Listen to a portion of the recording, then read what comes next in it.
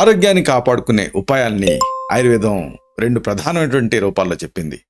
స్వస్థవృత్తం, సద్వృత్తం. స్వస్థవృత్తం అంటే day to day activities, సద్వృత్తం అంటే conduct. మళ్ళీ వీటిలో కూడా అధారణీయ వేగాలు, ధారణీయ వేగాలు గురించి చెప్పింది. అధారణీయ వేగాలు అంటే ఆపుకోకూడనివి, ఇవి 13 రకాలు ఉంటాయి. అలాగే ధారణీయ వేగాలు అంటే సప్రెస్ చేయాల్సినటువంటి ఎమోషన్స్ కూడా ఉన్నాయి. కామ, క్రోధ, లోభ, మద, మాత్సర్యాలు. వీటిలో ముఖ్యమైనది, ఆ కామం తర్వాత చెప్పుకోవాల్సింది క్రోధం అంటే కోపం.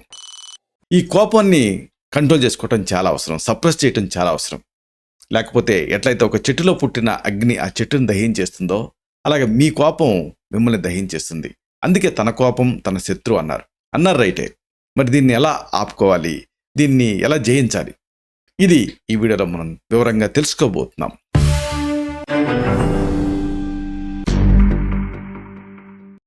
మిత్రులారా నమస్కారం, నేను మీ డాక్టర్ చిరుమామిళ్ళ మురళీ మనోహర్.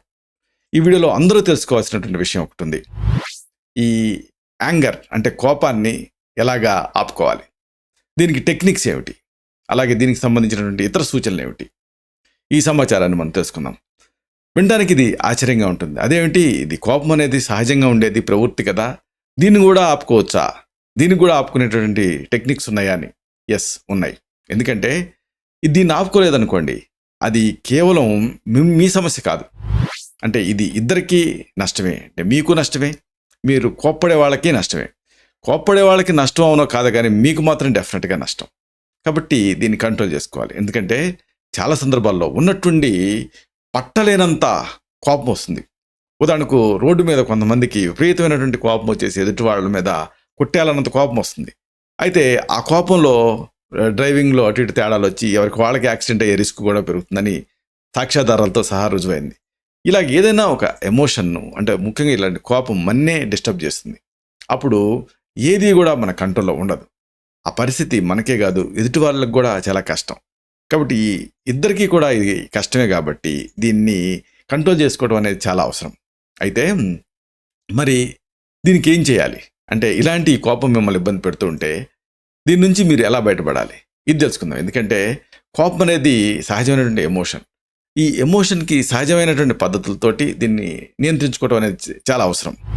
దీనికి కొన్ని టిప్స్ మీకు ఉపయోగపడతాయి, వీటిని తెలుసుకుందాం. కోపాన్ని తగ్గించుకోలేదనుకోండి, ఎన్నో ఇబ్బందులు పడాల్సి ఉంటుంది. కాబట్టి ఆ కోపాన్ని తగ్గించుకోవడానికి ఎవరికి వాళ్ళకి కొన్ని ప్రాక్టికల్గా యూస్ఫుల్గా ఉండేటువంటి కొన్ని సూచనలు ఉంటాయి. వీటిని మీరు ప్రయోగించి చూసి అది మీకు అప్లికబుల్ కాదా అవునా అనేది మీరు తెలుసుకోవచ్చు. ఉదాహరణకు ఒక చక్కటి టెక్నిక్ ఏమిటంటే శ్వాస మీద ధ్యాస పెట్టడం. అంటే శ్వాసతో పాటుగా మనసు కూడా నడుస్తూ ఉంటుంది. అందుకే కోపం వచ్చినప్పుడు మీరు దీర్ఘంగా శ్వాస పీల్చుకోండి. అసలు కోపం వచ్చినప్పుడు చాలామంది శ్వాస తీసుకోవడం మర్చిపోతారు. అందుకే ఇంకా గుండె రేటు పెరగటం ఇలాంటివన్నీ జరుగుతూ ఉంటాయి.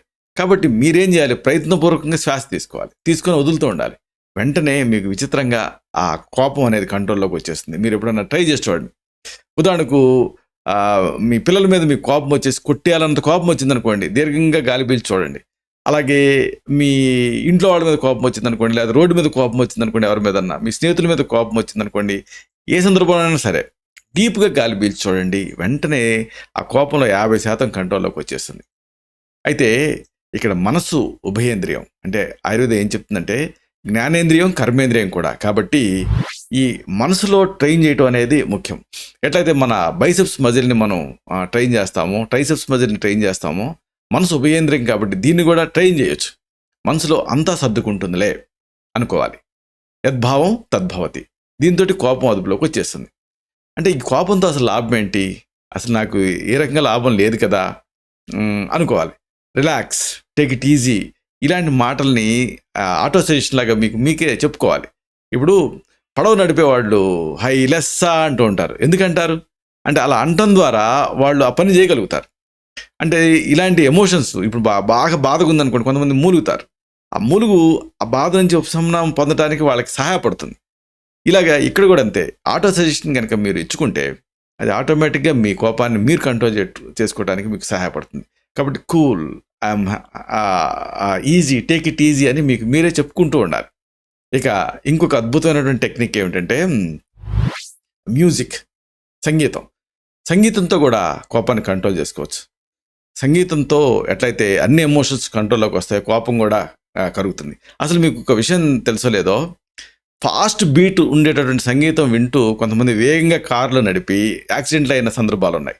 అదే ప్రశాంతమైనటువంటి సంగీతంతో యాక్సిడెంట్ తగ్గిన సందర్భాలు కూడా ఉన్నాయి. ఇది సాక్ష్యాధారాలతో సహా రుజువైంది. కాబట్టి సంగీతానికి ఇంత గొప్ప శక్తి ఉంది. సూదింగ్గా ఉండేటువంటి సంగీతం మనసుని రిలాక్స్ చేస్తుంది, ఉల్లాసపరుస్తుంది. ఇలాగ ఉల్లాసపరిచేటువంటి పాటలు, సూదింగ్గా ఉండేటువంటి సంగీతం, ఇవి కోపంలో ఉన్నప్పుడు మీరు వినండి, చక్కటి రిలీఫ్ని ఇస్తాయి. అలాగే ఇంకొకటి ఇదేమిటంటే స్ట్రెచ్చింగ్ చేస్తే కూడా ఎండార్ఫిన్స్ రిలీజ్ అవుతాయి. ఎండార్ఫిన్స్ అనేవి ఫీల్ గుడ్ ఫ్యాక్టర్స్, అంటే ఫీలింగ్ ఆఫ్ వెల్బీయింగ్నెస్ని ఇస్తాయి. కాబట్టి కోపంలో కండాలు బిగుసుకుంటాయి కదా, కాబట్టి మీరేం చేయాలి, స్ట్రెచ్చింగ్ తోటి రిలాక్స్ చేయాలి. దాంతో మీరు ఆ యోగాసనాల్లో ఉండే టెక్నిక్స్ కానీ ఏవి లేకపోతే మీ జంతువులు గమనించండి, అది పడుకొని లేచినప్పుడు స్ట్రెచ్ చేస్తుంది.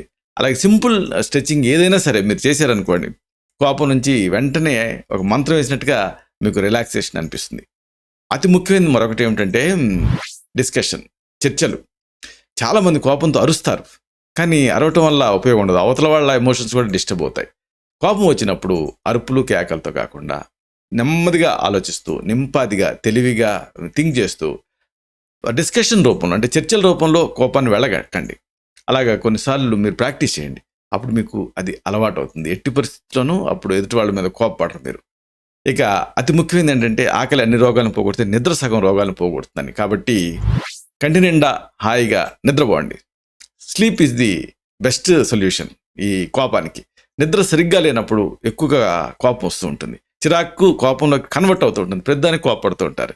అదే మీరు హాయిగా నిద్రపోండి, ఆ కోపం సగానికి సగం తగ్గుతుంది. ఇది సాక్ష్యాధారాలతో సహా రుజువైంది, కొన్ని అధ్యయనాల్లో తేలింది.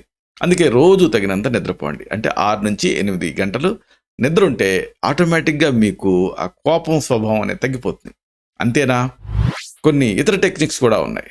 వీటితో పాటుగా ఆహారం చాలా ముఖ్యం. అంటే మనం ఎలాంటి ఆహారం తీసుకుంటామో మనం అలా ఉంటాం. కాబట్టి ఫుడ్ మీద కంట్రోల్ ఉండాలి. అంటే రాజసాహారాలు ఉంటాయి, తామసాహారాలు ఉంటాయి, సాత్విక ఆహారాలు ఉంటాయి. సాత్విక ఆహారాలు తీసుకుంటూ ఉండాలి. అంటే సత్వాన్ని, అంటే ఇనర్ట్నెస్ని పెంచేటటువంటి ఆహారం, అంటే కారం, పులుపు, మసాలాలు కాకుండా సౌమ్యమైన ఆహారం తీసుకోండి. అలాగే వ్యాయామం చేయండి అర్ధశక్తిగా, ఇంకా ధ్యానం లాంటివి ఉపయోగపడతాయి.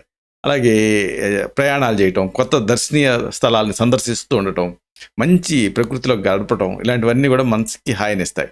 అయినప్పటికీ మీకు కోపంగా ఉంటే కొన్ని అడాప్టోజన్స్ ఉంటాయి, అంటే కొత్త వాతావరణానికి మనసును అలవాటు అయ్యేలా చేసేవి. ఉదాహరణకు అశ్వగంధ, తులసి ఇలాంటివి. వీటిని మీరు ఈ రకరకాల ఫామ్స్లో దొరుకుతాయి. అంటే ఆస్వారిష్టాల ఫామ్లో దొరుకుతాయి, అలాగే ట్యాబ్లెట్ ఫామ్లో దొరుకుతాయి, క్యాప్సూల్స్ ఫామ్లో దొరుకుతాయి. వీటిని వైద్య సలహాతో వాడుకుంటే అడాప్టోజన్స్ని మీరు ఈ కోపాన్ని జయించవచ్చు. కాబట్టి ఈ కోపం మిమ్మల్ని దహించకముందే మీరు కోపాన్ని దహించేయాలి. అప్పుడు అది మిమ్మల్ని అతలాకుతలం చేయకుండా ఉంటుంది. ఇలాంటి మరిన్ని ఇన్ఫర్మేటివ్ వీడియోస్ కోసం ఈ ఛానల్ని సబ్స్క్రైబ్ చేసుకోండి. అలాగే ఈ వీడియోలు అప్లోడ్ అవడంతోనే ఆ విషయం మీకు తెలియడం కోసం బెల్ బటన్ క్లిక్ చేయండి. అన్నిటికంటే ముఖ్యంగా ఇలాంటి చక్కటి అద్భుతమైన విషయాలు ఇతరులకు ఉపయోగపడటం కోసం ఈ వీడియో తలకి లింక్ని మీ సర్కిల్స్తో షేర్ చేసుకోండి. శతం జీవ శరదో వర్ధమానః, శతం హేమంతాన్ శతం వసంతాన్. 100 శరత్తులు, 100 హేమంతాలు, 100 వసంతాలు వర్ధిల్లుతూ జీవించండి. Stay healthy, stay happy, be positive, keep smiling, stay safe. Love you all. శుభం.